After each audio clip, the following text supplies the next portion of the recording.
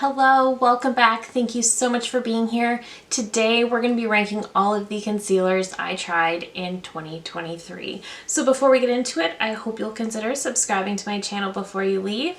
Give this video a thumbs up if you enjoy, and let's get into it. This year there was definitely a barrage of concealers that were launched, and I tried a lot of them. And I also tried a lot of concealers that had been launched in previous years that I was just curious about. So we have 9 concealers to talk about today. The first one we're going to talk about at number 9 is from REM Beauty. This is their sweetener concealer. So this one I tried way back at the beginning of the year. I love this potted format, I really do. I have the shade Fair 4CN. I found the shade range of this brand a little bit confusing. It was also interesting to me because the shade is definitely way too light.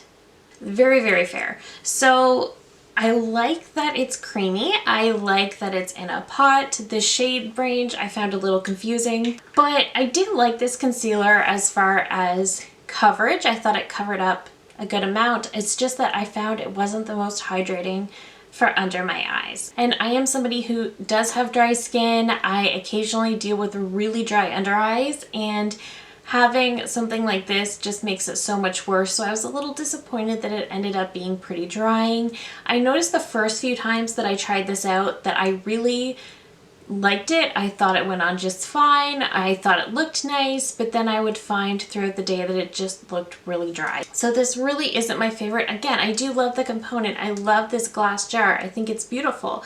And it does feel very creamy to swatch it out, but again, between the shade range and the fact that it ends up feeling a little bit drier throughout the day, this just kind of fell down for me. Next is a concealer that's been around for quite a while, and this is from MAC. This is their Studio Finish Concealer with SPF 35.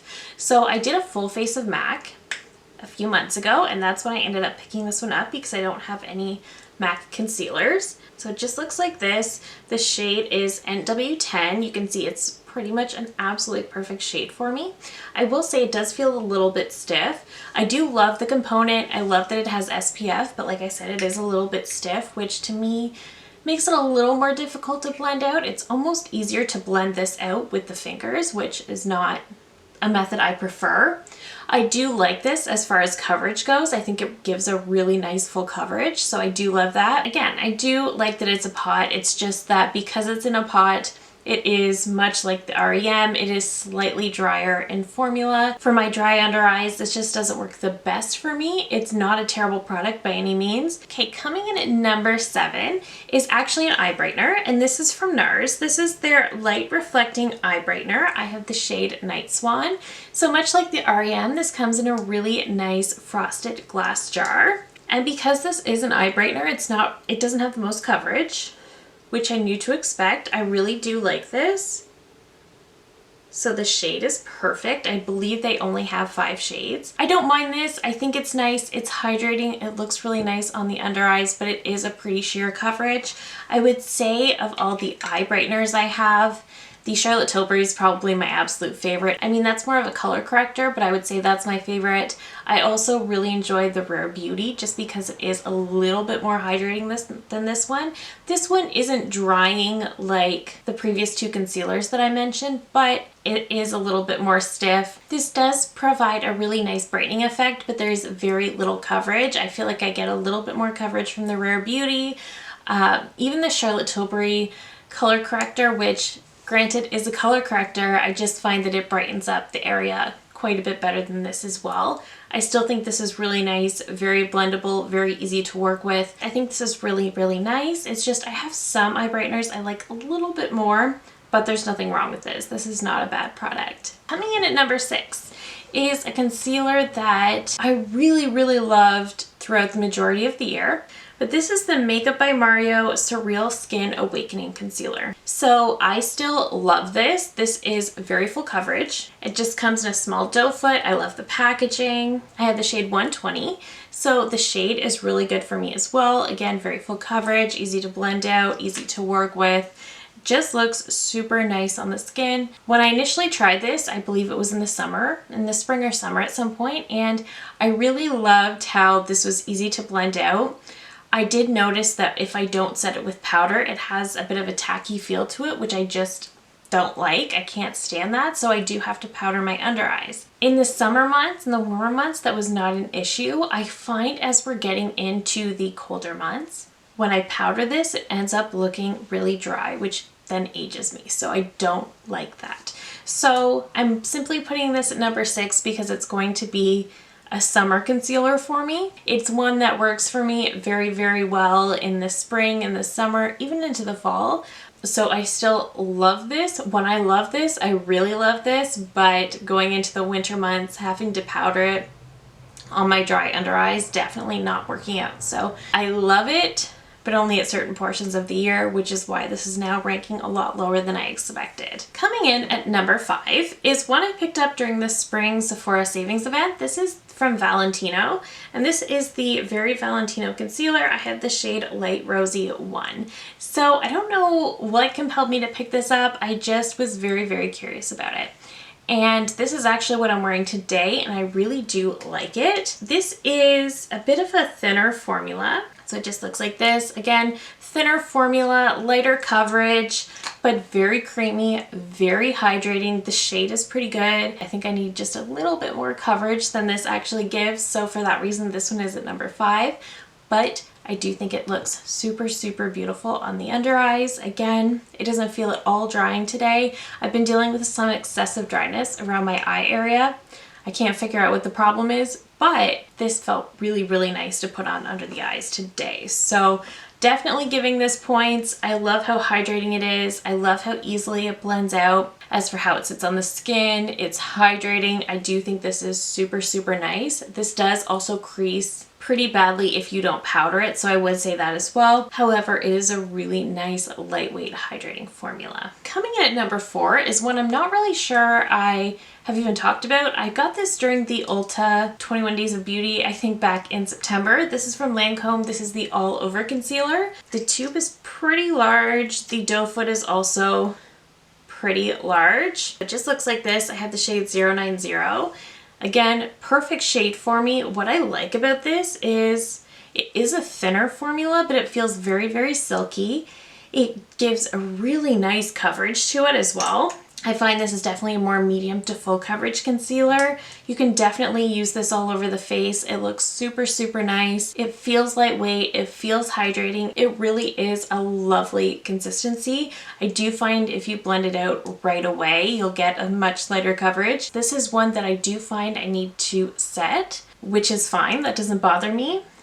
I really do like this. Again, very hydrating. Feels super nice. Great for all over the face. I really like it. Coming in at number 3 is a pretty new formula to my collection, but I've really, really been loving it. This is from House Labs. This is the, I believe, the Triclone Skin Tech Concealer. I have the shade 03 Fair Rosy. So this one was one that I had intended to review when it first came out. And then Sephora did like a launch 2 weeks in advance in limited amounts. Of course, the shades I wanted sold out way too quick, so I wasn't able to do that. So by the time the official launch came around, I decided to just wait for the savings event. So you can see the packaging matches the foundation perfectly, which I love, much like the Makeup by Mario. The doe foot is kind of a really nice little shape as well. This concealer almost feels kind of moussey. It does have sort of like a gel effect. It's not nearly as thin as, say, the Valentino or the Lancome. It's definitely got almost like a gel effect to it. This is another one that I like to apply to both my under eyes, any sort of spots, let it sit for a minute and then blend it out, because that is when I get full coverage with this. If you blend this out right away, again, you do end up getting a much lighter coverage. But this feels so nice on the under eyes. It gives you that full coverage. This is one that I find I personally do need to set or it will crease, but it is definitely very hydrating and it just feels nice and it doesn't look too dry at all. I like the coverage level. I have been really enjoying it. Love the coverage. I love the blendability. This is a great concealer. I think they did a fabulous job with this. So this next one is from Makeup Forever. This is their HD Skin Smooth and Blur Undetectable Concealer. I have the shade 1.1N. This is a lighter coverage. You can tell it is a thinner formula, but the way that this blends, you can already see I've used up quite a bit of this, but the way that this blends out is just so incredibly seamless that I'm shocked every single time. This is one I find doesn't crease nearly as much as some of the others. This does not need to be set. Again, this is one that does have a little bit less coverage than some of the others. It's definitely more of a lighter makeup day concealer, or if you just don't need that much concealer, this is great for that. I love that this is very hydrating. It blends out so easily, and it never ever looks too heavy on the under eyes, and I love that. This also just feels really nice on the under eyes. It doesn't feel like you're wearing anything. It's such a wonderful, wonderful formula. The only thing is that I do wish it had a little bit more coverage, but at the same time, it's so wonderful for those days when you don't want to wear a ton of makeup. You just want to look a little bit more pulled together. There's just the way this formula blends out, it hydrates the under eyes, but it also just doesn't need to be set. It's such a low maintenance concealer. It lasts all day long. It's just fabulous. So for that reason, this one is my second favorite concealer of the entire year. Very, very impressed with what they did with this one. And the absolute #1 concealer I tried this year is one I have spoken about to death. This is from Natasha Denona, and this is the High Glam Concealer. So this is another one that I did not pick up immediately. I had initially ordered it off Beautylish. They sent me the wrong product. So I waited until I was placing an order off the Natasha Denona website, and I finally got this. I have the shade N1. I do think her shade range is very confusing with this. However, the doe foot does come to a nice teardrop, so it is easy to get right into that inner corner. This shade though is perfect. The coverage, so good. So this is definitely a full coverage concealer. A little bit goes a long way, but it blends out like a dream.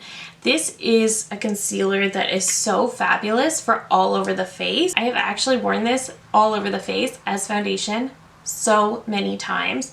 It's hydrating. It creases less than any of the other concealers that I mentioned. It looks beautiful in the under eyes. It is comfortable, it's blendable, it gives amazing coverage. The packaging is beautiful. It's got that soft touch matte lid. It wears all day long. It never looks dry. It never feels heavy. It never looks any type of cakey, anything like that. It's just the very best concealer I have ever used. My One Size Turn Up the Base Butter Silk Concealer was a favorite of mine for such a long time. It was very full coverage, but also just incredibly blendable. And somehow this does all of that and more. It's just so nice. This one is a little bit more hydrating than the One Size, but it's hydrating without bringing too much glow to the under eyes, without slipping off, without creasing like crazy. It's just so good. It is the best concealer I have ever used. So I absolutely get the hype surrounding this one. But that is it. Those are all of the concealers that I tried in 2023. Let me know down below what your favorite concealer of 2023 was. Did you discover any new ones? Let me know. I love hearing from you guys so much. Thank you so very much for watching. If you're new here, I hope you'll consider subscribing before you go. I do upload at least 3 new videos every single week. Thank you again so very much for watching, and I will see you in my next one. Bye!